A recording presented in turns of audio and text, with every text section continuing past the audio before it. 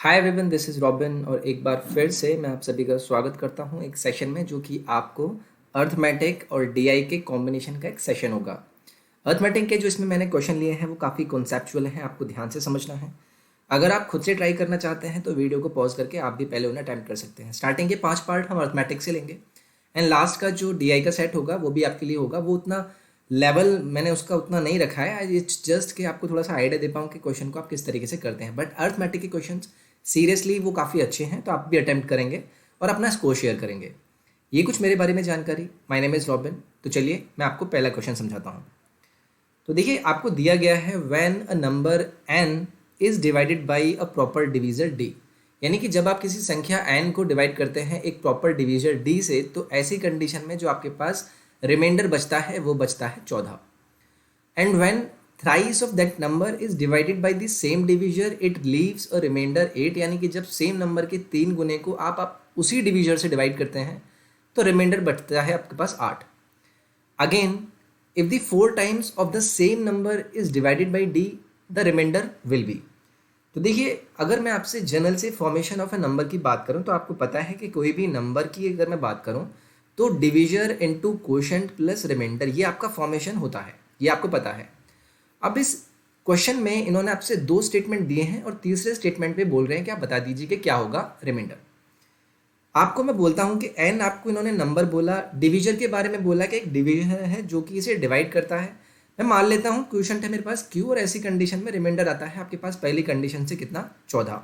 ये आपके पास पहली इक्वेशन आई जो कि आपको इन्होंने पहला स्टेटमेंट दिया था। अब उसके बाद बोलते हैं कि जब आप इस नंबर के 3 गुने को डिवाइड करते हैं तो आपके पास रिमाइंडर आता है 8। अगर मुझे इस नंबर को 3 गुना कराना है तो मैं इस इक्वेशन में क्या करता हूँ, 3 का मल्टीप्लाई कर लेता हूँ। ये नंबर कितना हो जाएगा, 3n हो जाएगा। डिवीजर 3dq हो गया और 14 का 3 टाइम मेरे को कितना देगा, 42। ये मेरे पास आ गया एक और इक्वेशन।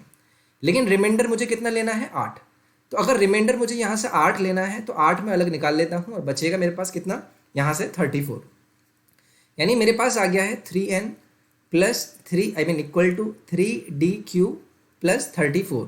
ये तो आपका कंप्लीटली डिविजिबल है ये वाला वैल्यू, और प्लस आपने रिमाइंडर छोड़ा है 8। ये आपको इन्होंने क्वेश्चन में बोला। अब जो आप में ये पूछ रहे हैं, ये बोलते हैं कि भाई 4 times of the same number को जब आप d से डिवाइड करोगे तो बता दीजिए कि ऐसी कंडीशन में रिमाइंडर कितना होगा। अब इस नंबर को अगर मुझे 4 टाइम करना हो तो मैं इसमें कर देता हूँ 4 टाइम, मल्टीप्लाई मैंने 4 टाइम कर दिया, यानी कि 4n हो गया मेरा equals to 4d into Q हो गया। और 14 में जब मैं 4 का मल्टीप्लाई करूंगा तो मेरे पास ये वैल्यू कितनी आएगी, 56। ये मेरे पास आता है। लेकिन रिमाइंडर मेरे पास कितना होगा। अब देखिए, यहाँ से मुझे रिमाइंडर कितना मिलेगा, मुझे जब पता था कि जब मैंने उस नंबर को 3 गुना करा था तो ये वाला नंबर मेरा पूरा डिवाइड हो गया था, यानी कि इस वाले नंबर को मुझे अलग लेना होगा। यानी कि इस नंबर में से मुझे 34 को अलग करना होगा। तो मैं यहाँ से कर देता हूँ 34 को अलग।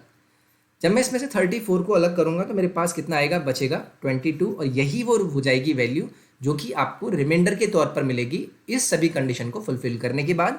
और ऑप्शन नंबर 2 आपका यहाँ से करेक्ट हो जाएगा। क्वेश्चन को एक बार ध्यान से दोबारा समझ लेंगे कि अगर आपको पता है फॉर्मेशन आपके पास है। पहली कंडीशन, जब आपने सेम कंडीशन पर n नंबर को d डिविजर से डिवाइड किया था तो रिमाइंडर आया था 14। जब आपने इसको 3 गुना किया तो 3 गुना मैंने किया, 3 गुना हुआ, ये 14 से हो गया 42, और इन्होंने बोला रिमाइंडर आपको मिला 8। अब उसके बाद बोलते हैं कि इसको 4 गुना कीजिए, नंबर को 4 गुना कीजिए। तो आपको पता है जब मैंने यहाँ पर 8 रिमाइंडर लिया तो ये वाला जो नंबर है, ये वाला वैल्यू है, ये कंप्लीटली डिविजिबल है उस नंबर से। तो इसका मतलब जब मैं इसे 4 गुना करूंगा तो यहाँ पर इस डिविजर को मुझे कंप्लीटली अलग करना होगा। तो इस 56 वैल्यू में से इस 34 को जब मैं अलग करूंगा तो रिमेनिंग वैल्यू जो होगी वही रिमाइंडर का काम करेगी, जो कि मुझे देगी 22 as the correct answer. Next है, इन अ विलेज जो एवरेज एज है लोगों की, और लोग कितने हैं n, उनकी है 42। बट आफ्टर वेरिफिकेशन ये पाया जाता है कि एक आदमी को कंसिडर किया गया 20 साल कम उसकी एक्चुअल एज से। तो new average after the correction increase हो जाता है 1 यूनिट से। एन की वैल्यू बतानी है। तो देखिए, एकदम आसान सा क्वेश्चन है, आंसर होगा आपका 20। कैसे भाई, आपको पता है 1 से इंक्रीज हो गया, यानी कि जो एवरेज हम मान रहे थे 42 वो एक्चुअली में कितना हो गया, 43। और वो पहले आपको कितना मिला था, 42। अभी डिफरेंस किसकी वजह से क्रिएट हुआ है, टोटल एज में। तो टोटल अगर एज के सम की बात करूँ, n लोग थे तो n इंटू 43 आपके होने चाहिए थे, लेकिन गलती से आपने n इंटू 42 किए। अब इसका जो डिफरेंस है ये आपको दिया गया है कितना, 20, क्योंकि उसकी एज कितनी कम आई, 20। अब 43 में से 42 एन की वैल्यू कितनी आ गई 20, और यही क्या हो जाएगा आपका आंसर। नेक्स्ट है आपका अ शॉपकीपर पहले रेज करता है प्राइस एक आर्टिकल का X% से, उसके बाद डिक्रीज करता है अपना प्राइस X% से। आफ्टर वन सच साइकिल जो प्राइस है आर्टिकल का वो डिक्रीज हो जाता है इतनी वैल्यू से।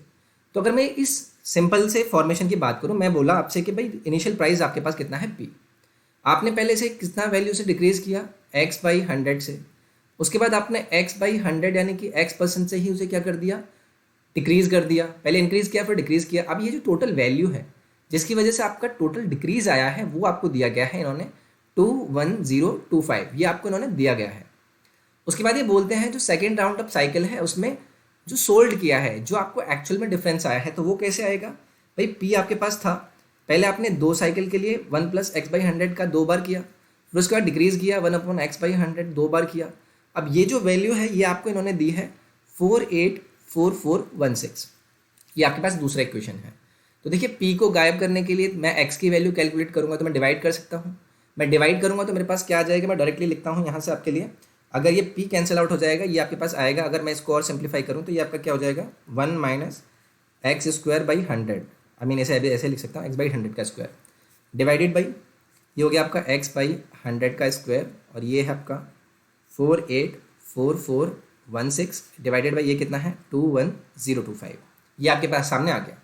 अभी ये स्क्वायर है, मैं पहले से डिवाइड करता हूँ, ये कितने बार जाएगा, लगभग पहले 2 बार गया, उसके बाद 6 बचा और ये लगभग 3 बार जाएगा, यानी 23 समथिंग आएगा। और 23 का अगर मैं स्क्वायर रूट लूँगा तो अगर मैं इसको यहाँ से लिखता हूँ, मैं यहाँ पर लिखता हूँ इसे, ये कितना हो जाएगा आपके पास 1 - X/100 का स्क्वायर डिवाइडेड बाई ये कितना हो गया आपके पास X/100 का स्क्वायर। इसकी वैल्यू आपके पास कितनी आई है, ये आई है आपके पास, अगर मैं स्क्वायर को अगर हटाऊंगा तो ये आपके पास 23 पॉइंट समथिंग आया है यहाँ से जो हमने कैलकुलेट किया। अब देखिए मैं क्या कर सकता हूँ, यहाँ से मैं एक चीज़ कर सकता हूँ, मैं इस वैल्यू को कुछ मान लेता हूँ। अगर मैं इस वैल्यू को कुछ मान लूँगा तो मैं उसके बाद देख सकता हूँ कि भाई मेरे पास क्या वैल्यू यहाँ से बन सकती है। तो अगर मैं X/100 को मान लेता हूँ आपके लिए K, तो 1 - K² अपॉन नीचे कितना है आपका K²। अब इसकी वैल्यू आपके पास कितनी है, ये आपको दिया गया है यहाँ पर, ये वैल्यू जो भी आपका कितना है रूट वैल्यू जितना भी आएगा तो ये आपका लगभग 4 दशमलव समथिंग आएगा। तो 4 दशमलव समथिंग जब ये आएगा तो उसके बाद मैं क्या करूँगा, ये आपके पास K की वैल्यू कैलकुलेट करने के लिए क्या रख सकते हैं यहाँ पर 5 रखेंगे, 5 तो नहीं आएगा। अगर मैं इसको करूँगा तो K की वैल्यू लगभग आपकी 1/5 आ जाएगी यहाँ से, ठीक है। अगर K की वैल्यू आपके पास 1/5 आ गई है तो मैं कहीं भी पुट कर सकता हूँ कि चलिए K की वैल्यू 1/5 पुट कीजिए। अगर मैं यहाँ पर पुट करूँगा या कहीं पर भी पुट कर लीजिए, आप इस वाली इक्वेशन में पुट कर लीजिए, अगर इसमें आप 1/5 पुट करेंगे तो आपके पास क्या आ जाएगा, अगर आपने माना था X/100 का वैल्यू K के इक्वल, K आपने 1/5 रखा तो X का वैल्यू कितना हो गया आपके पास 20, बस X की ही वैल्यू आपको कैलकुलेट करनी थी। अब अगर X आ गया है तो बस आपको क्या करना है, सिंपल इस वाली इक्वेशन में रख दीजिए, P आपके पास आ जाएगा। कैसे करेंगे, P 20 आपका आया है 20/100 इंटू 20/100, अब इसकी वैल्यू आपके पास कितनी थी 21025, तो ये आपका 1/5 1/5 25 हो गया, और ये कितना हो गया 25, 25 से कितना आ जाएगा 50, और लगभग कितना आएगा ये आपका 5 2 52 समथिंग, ये आपका 5 लगभग में 5 आएगा, तो ये हो गया आपका ऑप्शन नंबर 3। देखिए थोड़ा बड़ा था कैलकुलेशन, आपको कोशिश करना है आप कैसे कर सकते हैं, चीज़ें आसान है, बस थोड़ा कोशिश कीजिए कि आप कैलकुलेशन को किस तरीके से जल्द से जल्द कर सकते हैं। नेक्स्ट है आपके पास Yogesh purchase a land worth of 10 lakh, और किशन क्या करता है कार को खरीदता है जिसकी कॉस्ट कितनी है 10 लाख। वैल्यू जो ज़मीन की है वो इंक्रीज़ होती है हर साल 20% से पिछले साल की तुलना में, और जो कार है उसकी हर साल वैल्यू 25% कम हो जाती है पिछले साल की तुलना में। तो डिफरेंस बताना है दोनों के बीच में कि भाई लैंड और कार के बीच में जो डिफरेंस आएगा प्राइस में वो कितना आएगा 3 साल बाद। तो देखिए अगर 10 लाख की वैल्यू थी, अगर वो 20% से इंक्रीज़ होती है, 3 साल के बाद की बात पूछी है, तो ये बनेगा डिफरेंस 16 साल की वैल्यू में 25% से डिक्रीज़ हुआ, यानी कि 0.75 का 3 टाइम, ये वैल्यू मुझे कैलकुलेट करनी है। अब कैसे करेंगे, देखिए 12 का क्यूब कितना होता है 1728, तो 1.728 हो जाएगा 10 मल्टीप्लाई, यानी यहाँ से तो आपका कितना आ गया 17.28, ये आ गया। अब माइनस में यहाँ पर कैलकुलेट करेंगे तो देखिए कितना कितना आएगा लगभग अगर मैं 75 का क्यूब करता हूँ तो ये आपका अब 25 हो गया और 56 हो गया, इसमें 25 का 5 का मल्टीप्लाई करेंगे तो लगभग कितना आएगा, ये आपका 4.4 समथिंग आएगा, और 16 का जब मैं 0.4 में मल्टीप्लाई करूँगा तो ये आपका 6 पॉइंट समथिंग आ जाएगा, यानी -6 पॉइंट समथिंग अगर मैं करता हूँ 7.5, तो ये आपका लगभग कितना बन जाएगा यहाँ से 10.5, यानी कि ये हो गया आपका, देखिए ऑप्शन नंबर 2। बस कैलकुलेशन का पार्ट है और कुछ नहीं था। ऑप्शन नंबर 2 आपका यहाँ से सीधे सीधे करेक्ट हो जाएगा। नेक्स्ट है आपका, there was a leakage in the container of mustard oil. अगर 11 किलोग्राम ऑयल लीक होता है प्रतिदिन, तो ऐसी कंडीशन में जो ऑयल है वो सिर्फ 50 दिन चलता है। अगर जो लीकेज है वो 15 केजी पर डे से लीक होगा, तो वो आपका 45 दिन तक चलेगा। For how many days would the oil will have lasted, अगर कोई लीकेज नहीं होता और उसे कंप्लीट यूज़ किया जाता ईटिंग पर्पज़ के लिए। क्वेश्चन आपको क्लियर हो गया कि भाई अगर प्रतिदिन 11 केजी लीक होता है तो 50 दिन तक चलेगा, जब 15 केजी प्रतिदिन लीक होता है तो 45 दिन चलेगा। तो भाई बता दीजिए कि कितने दिन तक वो एक्चुअली में चलता अगर वो लीक ही नहीं होता। तो पहले तो आपको ये पता होना चाहिए कि आपके पास है कितना तेल। आपको पता है आपका 50 दिन चला, सपोज कीजिए आपके पास x लीटर था। अब 50 दिन चला, x प्लस 11 लीक हो रहा था, उसमें मैंने एक्चुअल वाला ऐड कर दिया कि जितना आपका निकलना था, उसको 50 दिन तक चलाया, तो ये वैल्यू जो इक्वल होगी वो किसके इक्वल होगी, 45x प्लस कितना प्रतिदिन 15। क्या ये इसके इक्वल होगी या नहीं होगी? बस यहाँ पर सिंप्लीफाई करेंगे, 50x 45x 5x हो गया आपका, और ये माइनस करेंगे तो लगभग कितना आएगा, ये 50 से आपका 55, 550 माइनस ये कितने के करेंगे, ये हो गया आपका 7 और ये 6 7, ये माइनस में आएगा 550, और ये कितना जाएगा आपका 0 नहीं 5, उसके बाद 2 और 1, 5 से कट करेंगे तो x की वैल्यू कितनी आ जाएगी आपके पास 25। अब आपने x की वैल्यू 25 कैलकुलेट कर ली है। अब आप मुझे बताएंगे कि x की वैल्यू यहाँ पर पुट करके निकाल लूँगा कितना दिन चलेगा, तो कितना निकलेगा, ये 50 इंटू 25 प्लस 11 कितना हो गया 36, ये कितना हो गया आपका, ये 1800 हो गया। और मुझे कितना दिन चलाना है ये मुझे देखना होगा। 25 आपका था तो 25 के हिसाब से कितना चलाना होगा, 25 से काट दीजिए इसे, ये कितना जाएगा, लगभग ये आपका 7 बार जाएगा, 7 बार जाएगा ना, 7 बार जाएगा, उसके बाद 2 बार, यानी कि 72 दिन ये एक्चुअली में चलेगा। तो ये आसान था, बस आपको देखना था कैसे कैसे आप इसको अप्रोच करेंगे। नेक्स्ट है DI बताना है, विच टू सब्जेक्ट्स टुगेदर अकाउंट करते हैं 144 डिग्री सेंटर पाई चार्ट पे। तो पहले एक तो पता कर लीजिए 144 डिग्री होता कितना है, 360 इंटू मैं 100 कर देता हूँ, तो 9 से कट कर देंगे, 9 एक बार, 6 40, ये आपका 2 हो गया, ये आपका 5 हो गया, ये आपका 8 हो गया, और 8 पंजे 40, यानी कि 40% आपको निकालना है। तो 40%, तो देखिए 20 22 और 18 40 देता है, यानी कि इंग्लिश और मैथ आपका करेक्ट आंसर यहाँ से हो जाएगा। नेक्स्ट है, difference between the number of teachers in science, teachers in science तो 27 हो गया, and social science, social science और 27 कितना हो गया, 50 हो गया। The difference between the number of teachers in science and social science is half the difference between the number of teachers in. तो अगर मैं इसकी बात करूँ तो यहाँ पर देखिए इनके बीच में डिफरेंस कितने का है आपका, इन दोनों के बीच में डिफरेंस है 4 का। अब ये हाफ किसका होगा, हाफ इसका वैल्यू अगर हाफ निकालना है, किसका हाफ करना है, तो उसकी वैल्यू 8 होनी चाहिए, डिफरेंस की वैल्यू 8 होनी चाहिए। तो हिंदी और सोशल साइंस के बीच में डिफरेंस देखिए, हिंदी और सोशल साइंस के बीच में 8 का नहीं है, हिंदी और मैथ में देखिए 8 का है, तो यही आंसर हो जाएगा। इन दोनों के बीच का डिफरेंस कितना है, 8 है, आपको 8 ही चाहिए था। ऑप्शन नंबर 2 आपका यहाँ से करेक्ट हो जाएगा। The total number of teachers in the school is 480।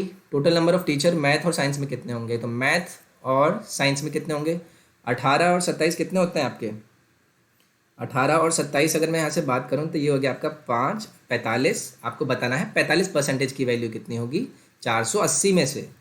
तो बस आपको सिंपल कैलकुलेट करना है, ये आपका 5 से 9 बार चला गया, ये 2 आपका 24 हो गया, और 24 का 9 टाइम कर दीजिए तो 6 आएगा आपका यूनिट डिजिट। ऑप्शन नंबर हो गया आपका यहाँ से 216। Which two subject together account for half of the total number of teachers, half यानी 50% आपको बताना है। Science social science, science social science तो ठीक है, पहला ही आंसर है यहाँ पे, तो आपका दोनों का मिलके 50% कर रहे हैं।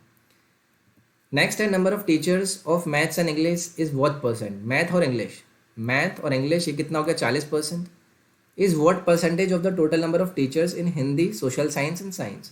Hindi social science and science तो ऑब्वियसली 60 है, तो 40-60 का कितना परसेंट है ये आपको बताना है। तो देखिए ये तो एकदम आसान है, ये हो गया आपका कितना 200/3, ठीक है। ये इसका कितना परसेंट है ये आपको बताना, x% है, 60 हो गया, इंटू 60 कर दीजिए, 100 कर दीजिए, 2/3 कितना हो गया ये आपका 200/3, यानी कि ऑप्शन नंबर 2 आपका यहाँ से करेक्ट हो गया। 2 नहीं, सॉरी, ये हो गया आपका ये वाला ऑप्शन नंबर 3, ठीक है, क्योंकि ये आपका कितना हो जाएगा, ऑब्वियसली ये आपका 3 हो गया, ये 2 हो गया, 200/3 आना था ना, ये नहीं होगा 200/3 ही होगा, ठीक है, सॉरी।